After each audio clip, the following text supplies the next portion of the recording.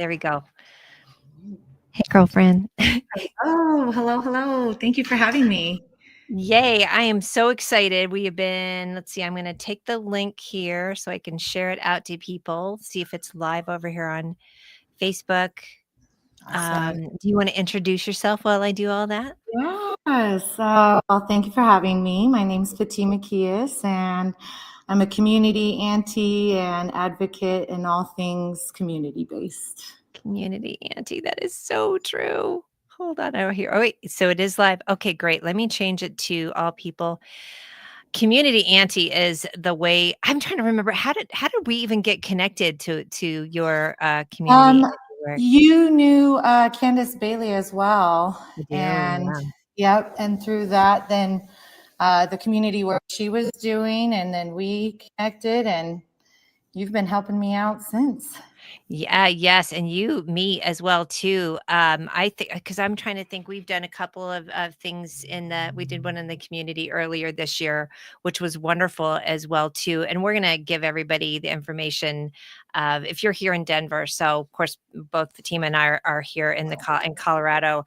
But what we're going to talk about today is, I mean, everybody feels so overwhelmed. Even the people that I'm kind of surprised that they're overwhelmed. It's just a lot. And I know you all know the numbers, but one of the reasons why we're talking, and I'm going to read, there's a good friend of mine that does a weekly wrap up. It's called the Rot Wrap Up, the Reign of Terror.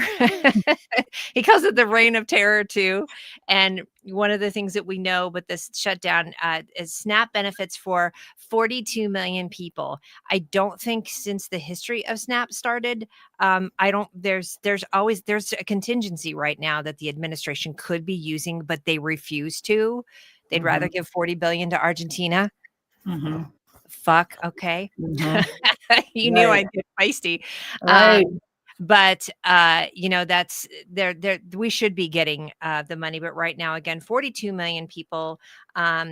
Suffice it to say, it's going to affect a lot of people. And these are just some. So that's about 12% of our eligible population. Just some numbers. Another thing that my friend mentioned, it's actually going to be worse because of the government workers not being paid right now, Right. who are still showing up. That's absolutely chilling. And I know we're not here to freak everybody out, but everybody should be freaked out. And that's why I called you. I call you and I have another friend. I'm like, okay, what are we doing? Because I don't Mhm, want to come rolling in and mess up systems that are in place when I could mhm, be using my energy to just hitch my wagon with you, call you and say, what do I told you the other day? I'm your beck and call girl, whatever you mhm. Yep, yep. and you know that. So I think I want to encourage people to hear your story, the work that you're doing, which is so efficient and so well run. Yeah, It's thank incredible. you. Well, I think to what you said now more than ever, I mean, imagine how many food banks and the need is high.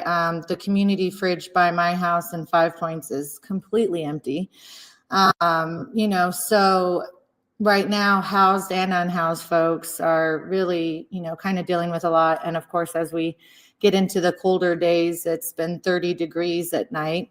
Um, I think for me, I have always seen a crisis in my community. It's just kind of shifted differently each year. For a long time, there was a heavy population of youth experiencing homelessness. Then one year it was veterans. And then one year, with COVID, it was small business owners that were experiencing homelessness for the first time ever. Then it was migrants. And then now here we are today where anyone can be put at risk right now, and where you thought you had a secure job as a federal agent, or employee, now you're having to be in line at the food bank with folks that know those systems maybe a little more than you do. So for me, I try to not go crazy by just remembering that the need has always been there. It just looks different each year as the population shifts with that need. And so just kind of remembering that, it was this group one day, it was this group this day, maybe it's us today, that there have been folks that have been in the community doing this work for every population leading up to today. I love one thing you said before we got started, really impressing upon people the importance of dignity and care when it comes to this type of work too. And that loops into what you just said, because I do feel like this is an equalizing event. Mhm. There's a lot more people that are at risk. It's a humbling event for a lot of people too. But again, to loop that back in with the importance of dignity and care. So I feel like this is a learning experience for all of us. I do feel super nervous, sleepless, knee jerky, really full of rage. Mhm. So, Mhm. and I think a lot of people do as well too. Well, and I think that's where we're at, this collective emotion of like, there's only like one of two ways to turn this like chaotic hopelessness energy. And it's either stay stagnant and you get depressed and stuck in bed, or you get up, do something and take some action and control and, focus on what you can control. And that's been Yeah. kind of my focus. Personally, I have two jobs. I don't come from a wealthy background. I've been homeless twice in my life, and I still have a lot to give. And so it's just shifting that perspective of, what do I have? If I have nothing, I have some shoelaces that could be turned into a belt for a kid dance, Right. kind of starting small in what we can actually do, building up to, oh yeah, I can actually do all those things. Now, how do I take a step further and create it, and change in our policy and how we actually, run the city. Oh, absolutely. And I'm trying to figure out how to turn so if I keep looking over here, it's not because I'm not listening to the people out there. She knows I'm listening. Hey Randy, it's nice to see you. So I can't necessarily pull up comments right now, y'all, but I think we're just gonna free form it, and then we can always go back and answer any questions that you may have as well too. While I'm doing that, let me keep looking. Could you tell it, because you just sort of touched on your background a little bit. So tell me Mhm. about how you got started in the community. Everybody's got that origin story of an event that happened to push you into that, of like, Mhm. okay, now I can't figure out who's going to solve this. It's going to be me. Yeah, well, as for many folks, there's many layers, like I even say with homelessness, it's never usually one reason. And so you take, a bunch of layers and you put it together and you realize these systems are failing a lot of us. And so I am first generation on my dad's side. And so we had little to no family here in Colorado, and that played a major part in having access to resources. I had to navigate the college system on my own. And so while trying to figure that out in a city or in a state that doesn't have emancipation laws, I'd have to explain to the financial aid system every, semester, why I don't have family support. And, there came a point where I couldn't afford rent and had to live in my car while I went to college in Greeley. And it was during that time that I got sick and got an autoimmune disease, which then taught me the systems of the healthcare, which for me is the most traumatic system I've ever encountered, including the judicial system, which I will say I think the healthcare system was even more traumatic. And through navigating all those systems as a young adult with no support, it was one of those things that I was like, okay, there's a lot of flaws in this. And so I had to just realize that I was carrying a lot of lived experience that resonated with other people. And so I was like, okay, well, how do I turn my trauma into solutions? I'm a very much an action-based person, how can we create a solution? And so as I got older, I lost my sister a few years ago to fentanyl poisoning.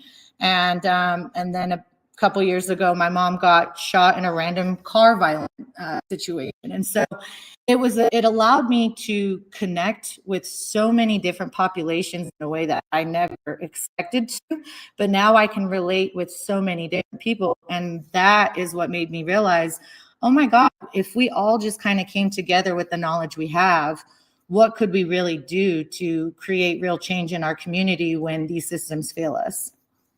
And that's exactly why I buzzed you as well too. And hey guys, I'm going to put this link over on the Facebook page because hey Tony Harvey, I see you here, my friend. He's been on my podcast.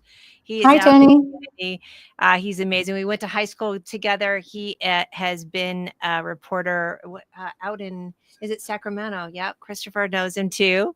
Oh, Brent that's Man, awesome. yeah, Brent Manuel is here. Brent is a big advocate for folks with different abilities. And I know he's up in Canada. My friend Randy is here as well too. So y'all, if you want to go over to YouTube and comment that way, those comments will come up too. And that way you can interact with Fatima and I here as well, which would be wonderful. But I'm still going to keep, hey, Roxanne Davenport is here. She has worked out in the community a lot too. We've got some good Yay. folks here. So head Hello, on over to hello. YouTube, but I will have this up as well too, and on my phone. But just to acknowledge what you just said too. So you were shaped by a lot of different experiences as well too, and at a young age Mhm. going through that. So that does give you the empathy. Not that you didn't probably already have it built in, but Right. it is the lived experience. Mhm. And so talk about what you're doing in the community too, because that really lends itself to your expertise that you're going to give Mhm. us today too. Well, I realized, a lot of my lived experience bled into both worlds as separate as we try to keep them between the housed and the unhoused. And so one of my biggest focuses became how do we kind of take away this caste system we've almost created in our community and remember that we are actually a lot closer to, experiencing homelessness than we believe. And so, and that maybe some of the traumas you've dealt with, from a house perspective, somebody actually might have more knowledge and expertise that is on the unhoused side. And so I just had realized that, knowledge was power and there were so many stories that could be shared. And so I realized the only way I could actually get those stories was if I was vulnerable. And, vulnerability is a big part of collective care of, making sure that that empathy is, I can't take away empathy without respect. It's one and the same. You can't respect people if you don't have empathy and vice versa. And so kind of making people understand that there's something that I learned in a training that I love to think about, and it's called the 5 Universal Human Truths. And it talks about how everyone wants to be heard and understood. Everyone wants to be valued. And when you think about these values, it's able to take away like our differences. And I think now more than ever, we are slowly realizing that we are a lot more alike than we thought, even in the political sense. I have a dear friend that I walk with every day that voted for Trump twice, right? And it was one of those things that I had to put myself in other people's perspectives and shoes, and going to school in Greeley, where some people maybe had never been to Denver before, taught me different perspectives of what and also, if I had farming and land, maybe I would vote a little differently, right? And so it was one of those things that I had to kind of pause and remember that my truth wasn't the truth, but how do we just at least get to a human collective of like, okay, these core values are what matter no matter who or where you're from. Can I ask you to be spicy and feisty for a second? Oh, you know it. Because I'm looking to you for guidance on this as well too, because I feel so fucking salty about people who are either two-peat or three-peat voters because and I'm struggling. This is not what the show is going to be about, but a lot of the shit we're sitting in is because people Mhm. were not willing to hear what we were screaming about last year, saying, look at Project 2025. You have a guidebook for what's coming. And not only is it, I don't know, 85% at completion or the 85% of these things in this guy in Project 2025. It is, so I have a hard time with people. I'm trying to be more empathetic for the people who are like, God, I fucked up. But but I will say I think the SNAP benefit program is going to be an equalizer again too. How are you dealing in your heart with that? Because I kind of, I show up with a bazooka. People know this you about me. know I need to tone. um I would say at the beginning, I was on a big blocking spree. I started, taking everybody off my Facebook. And then there came this point where I was like, I would rather know what people really are thinking. Like if I could know what the other perspective is, then I can be ready to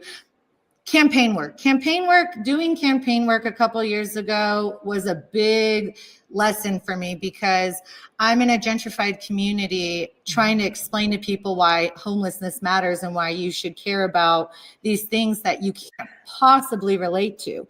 And so I would have to start from, okay, what can we connect on? What do we have in common? Oh, And yeah. so I've just started treating people who are different than me in my beliefs as a test for me, and how much can I rationally detach and allow that to control my emotions, and also where can we connect in a way that we can maybe share some human experience. Now, I will say there's a woman on my Facebook. She wouldn't listen for the day or time. I could give her all the truth, but ignorance is also a choice. You can have the facts laid right out in front of you, A, B, C, and still choose to not see it. With that, I'm not going to change that person, right? I'm not going to change how she feels. I want to know what people are thinking. I want to know when I'm driving across town what to expect, maybe, and so for me, I had to learn that while it's uncomfortable, I kind of need to know all perspectives to be able to protect myself, my community, and be aware of different perspectives out there too. It's such a great point that you're making too, because for me, I can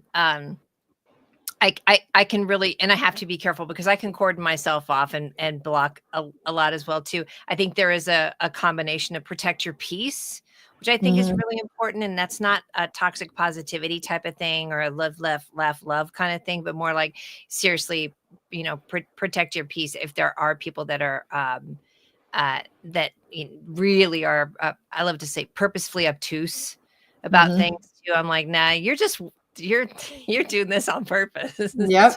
Yep. to not And understand it. literally at rage bait, then they just know somebody's just trying to piss you off, and that's where it's like I have to acknowledge that not everybody's going to want to hear what I have to say either, and um in the same breath, holding people accountable. If I keep that person on my page, I'm going to hold that person accountable when they say some racist shit, and so making sure that in those public spaces and in those private spaces, in those small circles, that we're still holding our loved ones accountable when they do unethical or say unethical things. The microaggressions, unethical things, opinionated That's where it things. starts, is in our own circles. What'd you say? I said that's where it starts, is in our own little circles. Yeah, it really does. Those are the really powerful conversations, the ones that are not necessarily online. Although I do appreciate when I see people come rolling in, and I've been involved in a couple this week alone of like, hey, knock that shit off. Like Mm-hmm. that is not welcome here. So, Mm-hmm. all right, well, let's dive into and again. So, tell us a little bit more about what you're doing in the community with the programs, what you have coming up, because and then how people can, no matter where they're at, find the best places to get engaged, because I think it can't just be because here we are at end of October, so we're coming into the giving season, right? Mm-hmm. And Mm-hmm. it's got like this, everything has to end how we did things before. I really think Mm-hmm. there's a lot of systems that need to be undone, and it needs to be more constant micro community. Mm-hmm. I think That was a lot.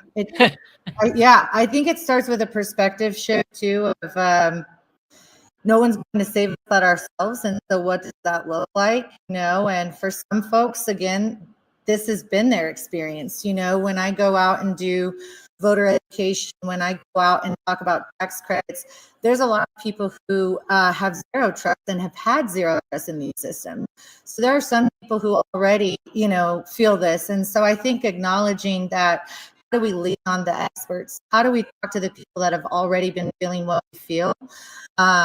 Because one, we can turn fish into a shark. If we isolate ourselves, then we're going to feel like we're the only one experiencing this. And when you start going down that loop, then that hopelessness sinks in, that isolation sinks in, and now you feel like no one can relate. And that is absolutely not true. And so I think it even starts at the most basic level is human connection. You know, when you go outside, when you see one of our loved ones on the streets, hey, it's good to see you. Saying that instead of how are you doing is such a like literally game changer in how somebody might even respond, because you might be that first only person that gave them human interaction the entire day. So Love that. I okay, I'll start with the work I do, and I'll talk about different levels, because I think that we all can contribute just with our comfort level and being real with ourselves and where we can realistically start. And again, this is coming from somebody with no time or money, so I will always give easy solutions. But a lot of the work I do, so I do trainings for social workers. I go to schools. I go and connect with nonprofits. There's an intern group that I meet with every year to offer healthy boundaries trainings, de-escalation trainings. I started in the nonprofit sector, and just kept being limited to what I knew I could do for our community and for our youth. And it came to a point where I was like, you know what? I know I can do more, and I'm tired of being limited. So I'm going to do it. I worked at a drop-in center where they told me we didn't have enough money to, repaint the dull colors. It was like gray and like blue. It was just beige, and it was horrible colors for a youth center. And I was like, guys, the psychology of a space goes a long way. If we show them they matter, they will take, a little bit more time on themselves as well. And so I said, look, can me and my friends just come paint the place? I don't need your money. I don't need anything from you guys. We'll do it overnight when none of the kids are here, and we'll just get it done. Yeah. And they looked at me like, yeah, if you can do it. I said, say less. Reached out to my community, was like, all right, guys, I need some paint. I'm going to learn how to measure. I'm going to learn how to paint an entire drop-in center space, and we're going to get this done in 14 hours. Who's with me? And we did it. I saw a science teacher from high school. I mean, people popped out the woodwork that I hadn't seen in years. Mm-hmm. And, it was one of those things that I was like, oh my God, all right. And so with that, it allowed me to start doing more community events. And so since 2014, every year I throw a party for our loved ones on the streets. And so last year we did Blair Caldwell Library, Blair Caldwell Library in 5 Points. And we did the Carla Madison Rec Center the year before. But we always try to find a community space that is going to be welcoming of our population. And then we get a DJ, we get an art teacher who brings her whole paint setup. Last year we had a face paint station. And then we always get Mexican food and, have about serve 300 hot meals, and then we have cold meals to go. When did we do that this year? Because that's when I came in. God, that So food you was so came to the live, yeah, the one at the Blair Caldwell.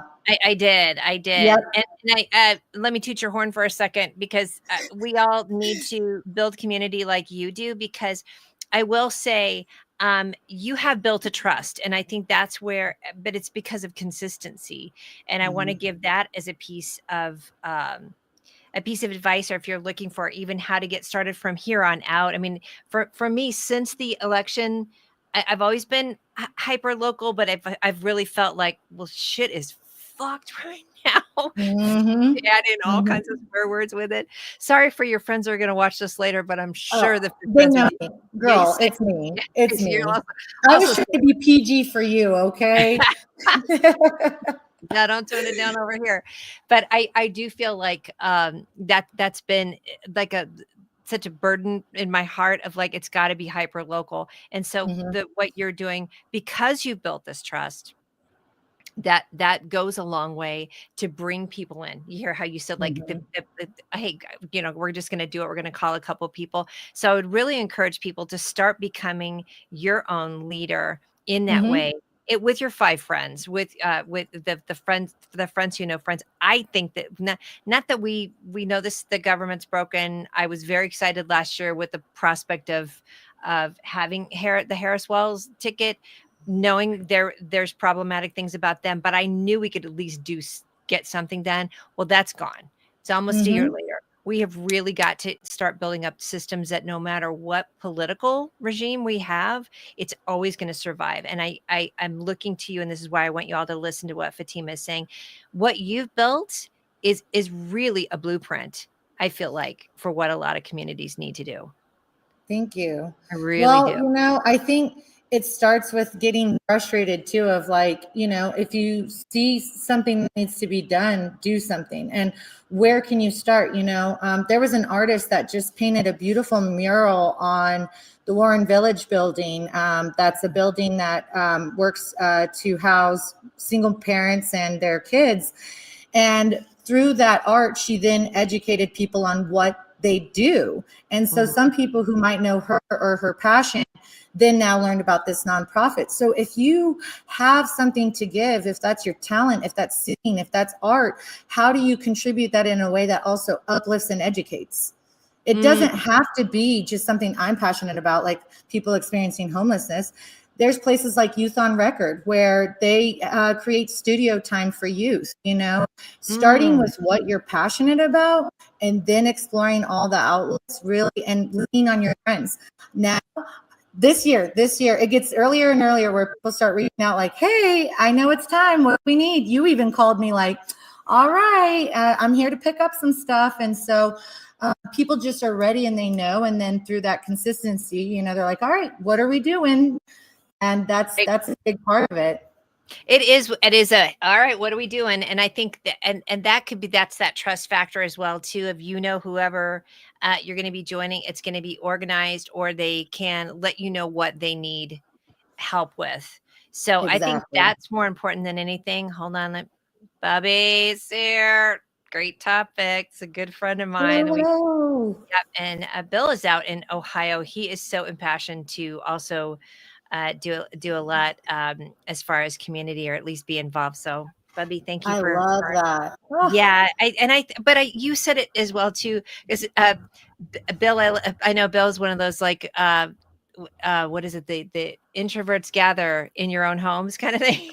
Right, Bill? mm-hmm. Put your business on the highway. So I think there's a lot that people can do as well too. Like even for me with Colorado Pet Pantry. Now I do also volunteer at Humane Colorado. So those are my little pieces that Exactly.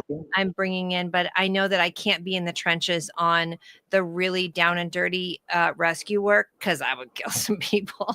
So what Mm-hmm. do? I use those cars, which I'm going to have a pickup next week. So whatever you need to, you know how I get. I'm like, let's put a bunch of stuff. Mm-hmm. So that's my piece that I use to say. And we just went to Aurora Animal Hospital today as well on the way back from something. So I think it's incorporating it into your life more of finding, is it that I'm gonna build something? I've got a 3D printer. I've got friends. I think it is start figuring out and I started this last year, but I've been doing it for a while. Check out what your friends are doing. What strengths? What do you got? That's what I was going to say next was There you maybe go. you don't know what you're passionate about. Yeah. What are your friends already doing? What are the cultural community centers in your community already doing? Mm-hmm. And how do we learn more about the people that are already doing the work? Whether that's the nonprofits, churches have been giving back to folks. Now people are leaning on more than ever when all these other federal systems can't support them, right? So it's collective community care. Think about Motown. Motown would have never been created if it wasn't for one family having a pool of money that would put it together. And then Barry Gordon went and had to go, reach out to his family and said, "All right, I have a proposal. If I can take a loan out of our family group savings, I promise you I can be successful." And Motown would have never existed without that kind of communal support. So Okay, things Christopher and like I are that. 60 and 61, and I'm like, "Bitch, did you know this?" Yeah, Barry That Gordon. Well, I was blessed enough to go to the Motown Museum, and so that was one of those community facts that just were ingrained in my brain ever since, because Black community were doing that. They would have pots of money for when somebody needed help with rent or food. Now we're seeing more than ever collective childcare where, okay, Mondays I can take the kids, Tuesdays I can take the kids. How do you connect with your neighbors and say, okay, where this Joanne's sick today. What Monday I'll bring her food. Tuesday I'll bring her food. It's creating those care systems in more ways than one. I think that which is such a white centered thing is this rugged individualism, which is such fucking bullshit.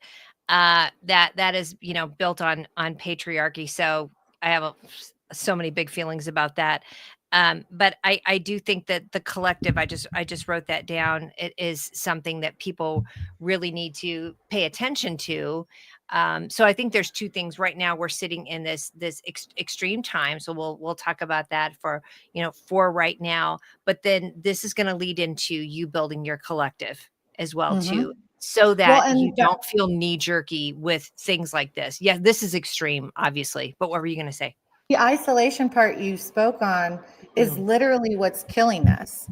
Between the Oof. fentanyl pandemic, Yes. depression, anxiety, more housed folks die from fentanyl poisoning than unhoused because they do it in secrecy, in private.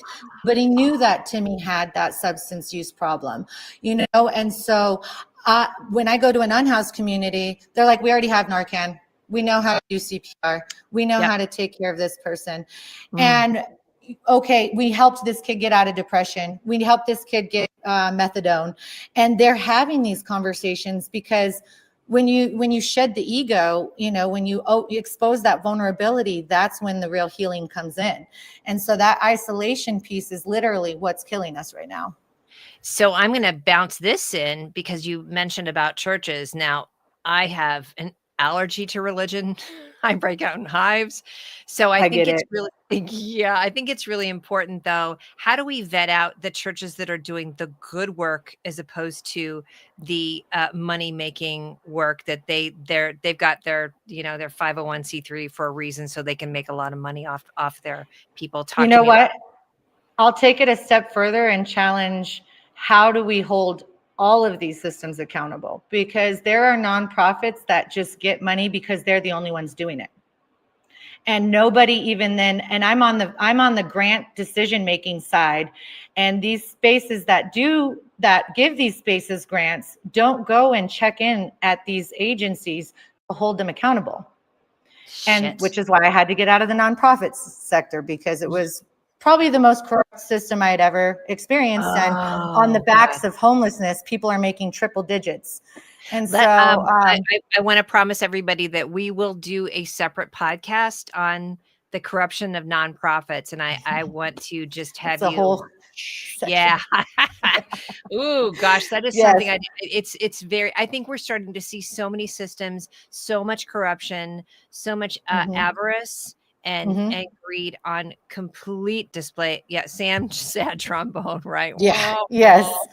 whoa. Literally. It's so And so true. that's why it's like, Thank we you for can't saying just that. blindly trust anybody. So that's religious institutions, that's nonprofits, that's community centers, that's community leaders, right? Yeah. That people that are just You out and here I are doing the work. watching a lot in our community.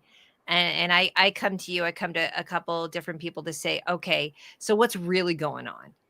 And I think we have to question everything. I think that's actually part of this new You world order should for always ourselves, do. as we should. And I know for myself, absolutely, I love a good pat answer.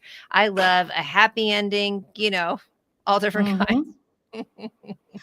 Yep. Sorry, had to get raunchy for a second. But we all do. We all do.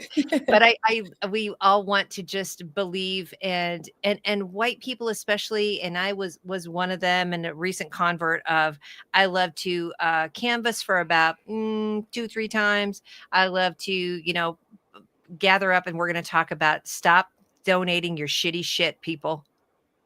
That's another thing. If you're going to Yeah. donate, stop donating your shitty Yes. shit. But I think a lot of people love that and say, I've done my part. And I think Mhm. those days are over, because it has empowered a lot of people to act like what you just mentioned.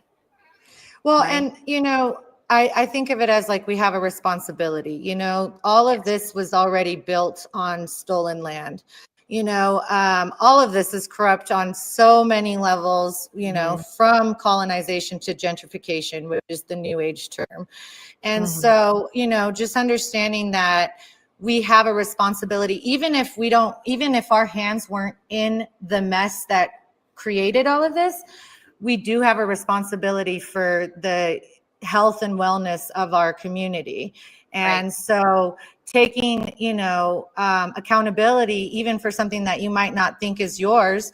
My dad's family's from Morocco. I don't have roots really here in this country, but guess what? I have a responsibility to this country. I have a responsibility to the people in my community. And Right. if we kind of shifted that perspective as well, because at the end of the day, more and more now we're seeing them, them today, us tomorrow. And now it's what's showing now more than ever. Absolutely. And I do think that the silence is complicity. Mm-hmm. And I listen to a lot of there's one podcast in particular called Swindled, and it is wildly disturbing on so many levels because he really dives deep into people that have just swindled the system in every way possible, from Mm-hmm. churches to construction uh to nonprofits, banks, the whole thing. And one of the biggest pieces of that is that no one questioned them. Mm-hmm. Nobody was Yeah. like, "What?" So I would say, on a woo-woo spiritual note, I think also all of us digging into becoming more, tuned in to our intuition is Yes. just crucial right now. I Yep. think that it's been, especially for women, I always talk about this, that intuition and infoition has been shamed, scared, talked out, beaten out of us, the whole 9 yards. And I think for all of us, like, really tuning Mm-hmm. into our intuition, like, "Huh, how come there's Mm-hmm. no I know there was a bunch of money donated. How come there's no whatever in here? There's no food Mm-hmm. here. How come there's no coffers?" So, And anyway, and as I you tune into that spirituality more, Mhm. it's also leaning into discomfort, being comfortable with fear and being uncomfortable. Every time I public speak, my palms get sweat. I sound like an Eminem song, knees weak, arms are sweaty. I'm like, literally every single time. I don't care how and many then you're times I like, do "Why it. did I commit to this? Why did I say Every I time I do it, every time I Yep. do it. But I I have to do everything I can. And I think that we need to get to a point that what's the worst that can happen? It's already happening. So what if we just tried? What would it look like even when we're scared, when we're uncomfortable, when we're not ready? Ready isn't an action, It's Yes. not, you're never going to be ready. You're never going to have the right thing to say or the right thing to do. And that's a part of it, is just kind of jumping into that fear and just saying, okay, well, I'm going to at least try. It is because, patriarchy loves perfection and loves to weaponize perfection, and so it says, like, unless you show up looking super sharp without any ums or ahs, without your voice quaking, and those days are over. Show up faulty, show up the whole thing. It's really uncomfortable to do that, and Mm-hmm. show up possibly wrong as well. I may have Mm-hmm. gotten some facts wrong. I may have something, that I should have done a little bit differently, so I appreciate that. I had to do a video for this ceremony that's coming up. And the first video I made, I was crying, and I even stuttered once, and I was passionate. And I said, I'm sending the first draft. I'm doing it. Because people need to know that it's okay to be vulnerable. And it's going to be out there. It is going to be out there. But I said, you know Love it. what? I can't ask people to do this and not be like lead by example. So I sent that first draft. I did it. You know what? I Mhm. gotta tell you, that's the shit that people love. That is the stuff that goes viral, you know what I mean? It's that Yeah. that piece where it's like, and so what you're doing is normalizing that, honey, by doing that. Yep. You're really putting that out there. I wanted to say quickly, when we were talking about, the Black community and with the Motown effect, I mean, think about the Black Panthers.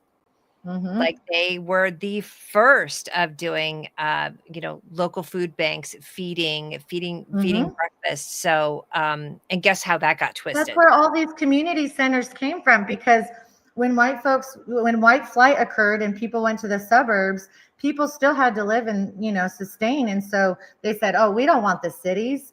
That, you guys can have Mhm. that. And so Yeah. that's where they became their own doctors and their own educators. And then here, at least in Denver, the light rail was the beginning of people coming back from the suburbs into the city saying, okay, we take it back. We actually do want this.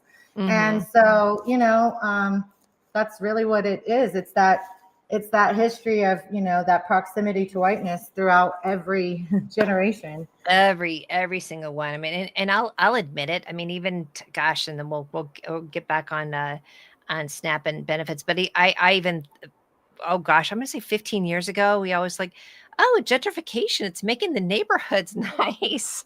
God. And not Yeah. realizing, like, I gotta rub my face, like not realizing the ramifications of how incredibly harmful that is Well, it because was designed to I look get it mad was and be designed to look nice. it was It was designed to not be scary and for people to want to, and it is it does benefit a particular population. So for some oh, people it's not scary, and so sure. um Well, because that's so the was lens that I was seeing it through, yeah. right? And same Yeah. with, but that was redlining, and we still have redlining today. And you Mhm. know, uh, yes, yes, it's all intertwined into why I we are where we are today. Yes, and I do call it gentrification font when you see the different, the numbers on people's houses, like, in the Hmm. gentrified neighborhoods. They've got this specific little font on their houses. I'm like, "Oh, there it is." So, Yep. alright. It's so true. Alright, so tell me okay, so we've got a lot of people, of course, we've got this deadline coming on Saturday. Hmm. And you're very, very right about the isolation because a couple groups that I've been in, the buy nothing groups, I would suggest people jump on that as well. I mean, from Hmm. either side of and if you're not familiar with that, y'all on Facebook, we have a buy nothing Denver, and you get on there, and the one that I'm in, I think it has about 45,000 people. It's super it's super well curated and somebody did post the other day and say, "Hey, I want to be a grocery buddy for you this month. Who's up? Who needs some help?" And I mean, it was a cacophony of responses. But the biggest thread that you could see is that so many people felt really isolated. Hmm. They really, really did. So, I talk to me think about that. COVID really brought a lot of those like social media groups together. And Yeah, I Phil was just Hopes, reading his red line again. comment. um, and oh gosh, that made me laugh so hard I almost I know. forgot what were you He doing? say, yeah, he said, "Oopsie poopsie, red line again." Yeah, Yes. Whitey strikes again.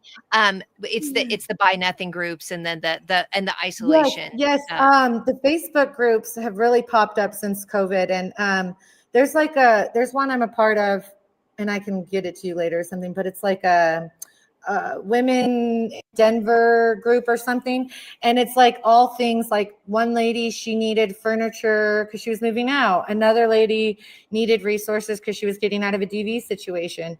Another lady just needed a dog sitter, and it was one of those things that you could see people, hey, I just moved here, I have nobody, or I don't know any of this, or I don't. And people just felt safe and trusted because Yeah. you go through those questions and you know what that page is meant to be for. And Mhm. that's a great way to just kind of even familiarize yourself with realizing how much, you know no offense, but how much our stories aren't that unique, actually. And I for know. me, I Sorry to find tell that you. actually as a comforting thing. I Yeah. don't want to be the only one that's ever gone through what I've gone through.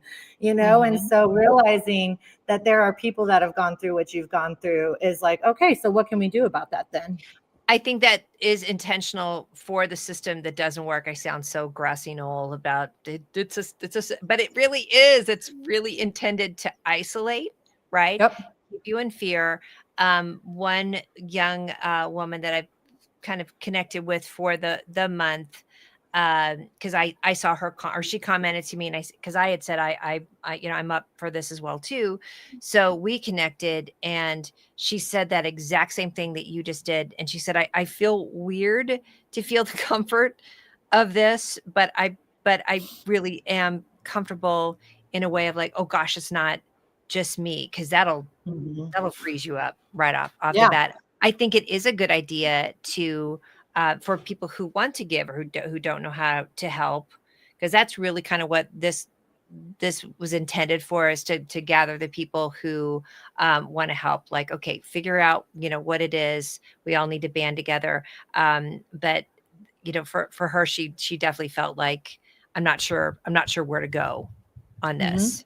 But I Mm-hmm. do feel like these groups, it's exactly what you said of like, "What do you got? Well, I've got this. What do you got?" And I've And the watched other this part group. with Yeah, go I was going ahead. to say the other part with the groups is the ability to be anonymous. People are more vulnerable when they Yep. don't have to have their profile name out there as well, you know? Mhm, So they're able to mhm. put their experience out without feeling like they're going to be judged either. Absolutely. Yeah, I agree too. And I have seen a safety in that. I have had a couple groups. One I watched is somebody had posted something with, oh, I have some LGBTQ banners and flags, and I'm always like waiting to see who's going to be Mm-hmm. problematic on this post, and then somebody like, great, I'll take them, and that's it because Yes. I to throw down and see that. So, okay, so that's one way to do too, is to look on Mm-hmm. your local groups as well too. For people who want to donate, what would you tell them, or what would you suggest that they do? What's some great points? What are some to-dos and not to-dos? Ooh, okay. I'll start with the to-dos because that's more fun. Yeah, it um, is. so I would start with, okay, so sometimes we give because it's like, okay, I need to get rid of all my summer stuff because it's out of season now. But like, does it make sense to donate all of that stuff to one place that maybe only serves this one population? So Okay. even pausing to do a little research. If I'm giving away a bunch of professional clothing, that should go to Dress for Success, because is that suit beneficial for the person that really just needs some warm pants for the night? On that note, kid stuff. I get a lot of kid stuff. There's so many places that need kid stuff. I'm going to go take it to those places that need it because I don't have a lot of folks on the streets. Thankfully, right now, there was a period where there were a lot of kiddos. Right now, I don't see so many kiddos on the streets like that. So Good. I'm going to go Okay. get it to this agency. I think it's being intentional about where you give, your values as well. If you are in the LGBTQ community, explore the agencies that are doing it. If you are a woman that's experienced DV or has loved someone that's experienced DV, explore those avenues. Anywhere you're passionate, Point. somebody's going to need something. So kind of Oh, again, great starting idea. with what you can relate to, with what you're passionate about. If you're passionate about music, can you go volunteer your time at a homeless drop-in center? And a lot of places are looking for volunteers all the time. It doesn't have to be at a soup kitchen if you don't like to serve food. Start with what you're into and then utilize that into those spaces. They get Ooh. tired of seeing the same thing anyway, you know. So if you have a unique talent, bring that to the table. Um, Mm. I, you know, I I'll go into some ideas about what else folks can do, but I would say like the biggest thing to not do is it all kind of comes down to treating everyone with dignity and respect. I think we were talking about this earlier, but you can't have respect and not have empathy. I Yeah. think that they're one and the same. And so to respect someone is to give them something that they deserve. I worked at a place that didn't have a closet, and I thought that identity was so important, especially as these kids were finding themselves. And so I did everything I could to turn one of our extra closets into a wardrobe closet. And then they were able to get things that they could identify with, you Ooh. know? And so I think that Be goes a seen. long way. Hmm? To be seen. I would Yes. say, just real quickly back on whiteness, I think that is the biggest thing for, folks of like, "Can I just be somewhere where I see myself or I see something Mhm. that I want," as opposed to Or just, my size, maybe, yeah, or right? my And, size or something I like. Yeah, it's like it's you know, back on and the paint. It's back on the paint. You're like, "Yeah, sure, it's paint. Who cares about it?" But like, "No, I wanna draw people in with that." Oh, I've these are been I've been collecting and storing beautiful dresses that maybe don't make the most sense on the streets and taking them to a gender affirming place with Marsha's Closet, you know? And so how do we use what we have? I was really inspired this year. The gentleman in Texas that every year he goes to thrift stores and he buys a bunch of random things and then he spends the whole year sewing and turning them into costumes.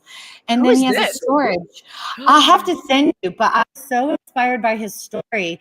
just a regular Yes, Joe Schmo that doesn't get any money off of it. Like myself, we're paying our storage. It's so funny because none of the stuff in storage is yours. And he was making costumes because he believed these kids actually deserved a fun costume and not some hand me down that they might not be interested in or really want to be that year anyway. sure, sure, sure, And sure. Oh so, my God, I need to get if you're good at sewing, I yeah, had a girl, she was really good at hair. So during prom season, she said, if your daughter needs help with her hair, I'll do it for free. I'll be available these days, this many hours, donating your prom dresses to those kids, yes, Um, yes. poverty doesn't look a particular way. I was always educated and looked well off, but I could have benefited from some of those things, and Yeah, not assuming, absolutely. right? Going to a Cherry Creek High School and still donating prom dresses there because there is going to be a kid there that needs it. I Uh, need to I need to post this link real quick. My friend Lynn had sent me yeah. this the other day. It's called timebanks.org. And the idea for modern time banking was born out of the civil rights movement and the war on poverty in the early 60s.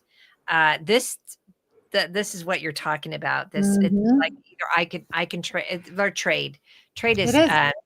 yeah, and I will say I know that they are talking about a great blackout from I think November 25th to December something where they're asking people to not buy, which I know you and I have been doing this already, but like to really scale down the big buying, and so things like that, time banking, trading Hmm. that, and I love what you said. This is such a great point of okay, so what is it? Is it music? Is it pets? Is it so you're really tasking people, and I think this is great to dig deep about what their thing is rather than going into their closets, putting a bunch of stuff together and giving that to one place, which is also labor for somebody else, And right? who goes to Auction Goodwill these days? Us. Yeah, So we got to yes, stop donating there because we're the ones buying it, and sales prices have gone up so much that my community folks they can't shop there. They don't get a voucher. They can't even afford to go to Goodwill these days. So incredible. educating yourself a little more on that, where you think, oh, I'm helping because it's a thrift store, but we've made thrift shopping trendy now, so it's Yeah, unaffordable, it's inaccessible. it absolutely. So this is back to doing your homework on who you're giving to. So I hate to say it, folks, but it's just going to take a lot more effort to be a good person. You And really you know need to what? be. I don't mind being the cheat code, the cheat sheet. This isn't school. This doesn't need to be a test. Yeah. Lean on the people that know, lean on the people that have an idea, and that's what I'm saying. I'll meet folks where they're at. Whatever you're passionate about, we can delve into it and go from there. Yes, I'm gonna remind you of a couple some cool shit you said already. That and I Yes. want to expound on it. One thing which I love, which is why I had you on here, you are absolutely okay with giving free advice, but you want people to take it, right? Yes. Yeah, Yeah, I mean, that's what think about like the girlfriend that always asks for advice and you give her gems, and you're like, "Man, I'm giving you these gems right now." She's like, we "Yeah, heard you okay, talk about this, right? thanks," Yep, yep. And it's That's more offensive than hearing from that person. Oh my gosh, like, for hearing from that person 2 months later, I'm like and I'm for me, it's gems, right? And then they're like, mhm. "So anyway," I'm like, "Dude, what'd you do with what I told you last month?" So, same thing, right? Well, and adversely, sometimes people don't want your help, right? True. And If you they can't ask me take for that. it, I do. Yeah, Right, right. right. That's right. And but like when I think about, so there's like this video I always like to talk about, and it's this therapy session, and this girl, she goes to a therapist and she has like a nail in her head. And she's like, I can't think straight. And the therapist is like, well, yeah, it's because you got a nail in your head. She's like, it's not the nail. And she's like, but it just hurts like right here. And he's like, yeah, and she's like, it's not the nail. And she's like, I just don't know what to do. And he was like, that sounds really hard. I'm sorry. And she goes, thank you. And it's just such a silly, funny video, but it's a It's good so reminder that sometimes people just need to be like listened to, and so it's like I am able to kind of understand that I might think I'm helping and maybe I'm not. And like, that's Yeah. what I tell people when we go on outreach. If somebody says no or to fuck off, like, don't take Yeah. it personal. You're in their personal space. Like, Yeah. don't take it personal. It's okay. Just keep it pushing. It's not everybody wants your freaking peanut butter and jelly sandwich, you know?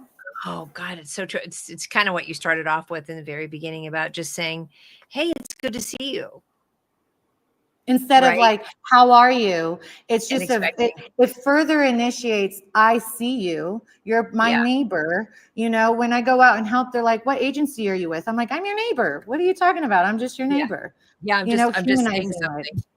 You, I know that you've mentioned too, about that you do like healthy boundaries training too. I know I'm kind of bouncing around, and then I want to go back to more. You said you had even more ideas of things that we can do, but it sounds like the boundaries training that you do a lot is really helpful in this kind of work too, of being out there, because I think the more we get out there, what you just said, the nail on the head, like but also people that are like, okay, I'm gonna let you be because you're gonna do what you're gonna need to do. So Hmm. Hmm. you're on your own. And then that can help you with the healthy boundaries, not to give too much of your energy where it's not gonna be not necessarily appreciated, but the most effective. Hmm. I think the most important thing to recognize is when we're getting into community work, we're not here to help or save anyone. We are just merely the passenger in folks' journey. The only wheel we have control over is our own. And so recognizing that, you know, maybe I've had youth that didn't want housing. Some of them, they didn't have any mental health or substance use conditions. They just were anarchists. They said, fuck the government, fuck the system. I don't want to be a part of this. I'm not going to be a part of it. Yep. And that is your choice too. I just want to make sure you know your choices. And as Mm. long as you're okay, I'm okay, you know? And so I think it's just really important to recognize that in healthy boundaries, you know, a big part of it is rationally detaching yourself from the experience.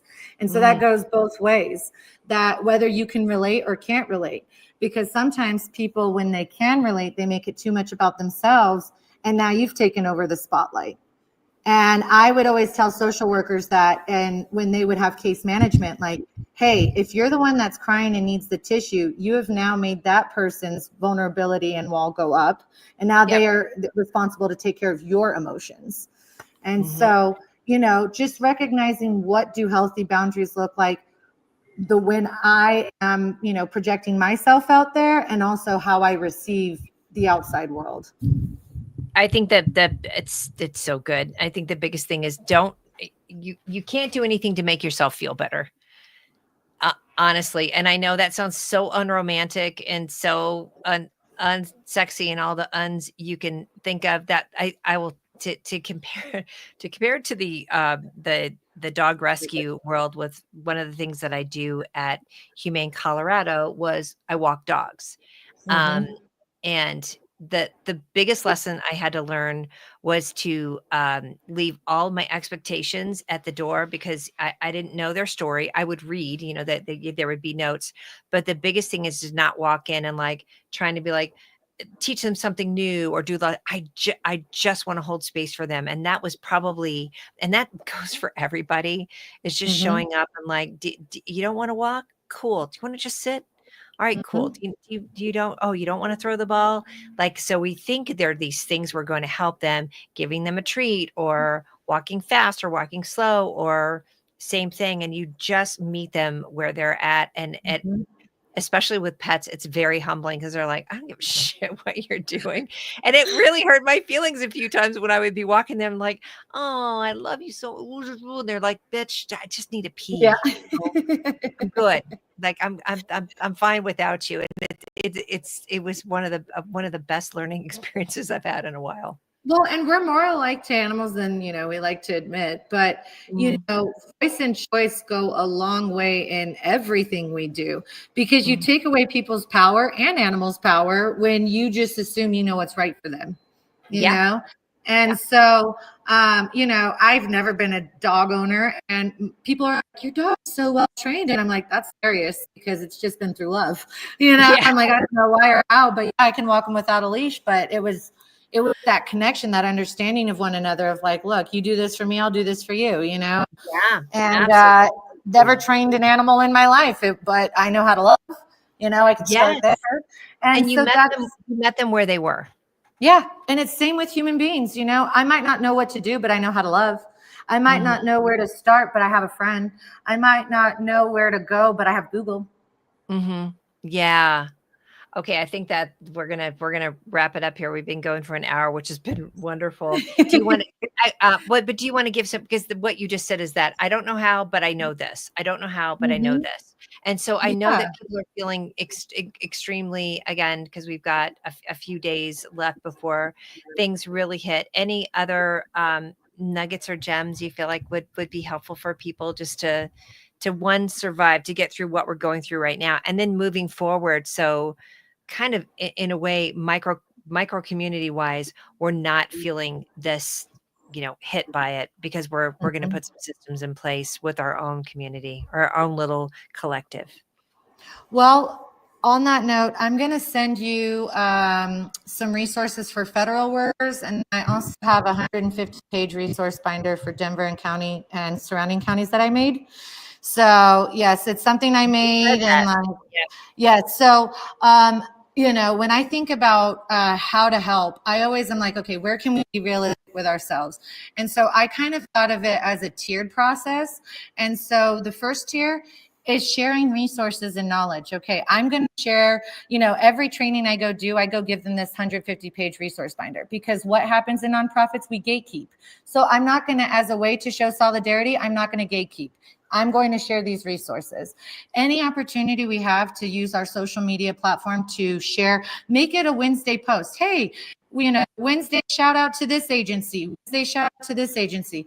Lean on your platform, because then people will share that. And I can tell you right now, the way people access resources is through word of mouth. Anytime people show up to a shelter, oh, so and so told me about this. But it Mhm. wouldn't matter if there were billboards and commercials everywhere. It starts with somebody I trust told me it was okay and safe to come to this space. So Ah, you might share a resource with someone that might not have felt comfortable to ask. And now you've put that out there for somebody to be able to take on themselves without having to put themselves in a vulnerable situation.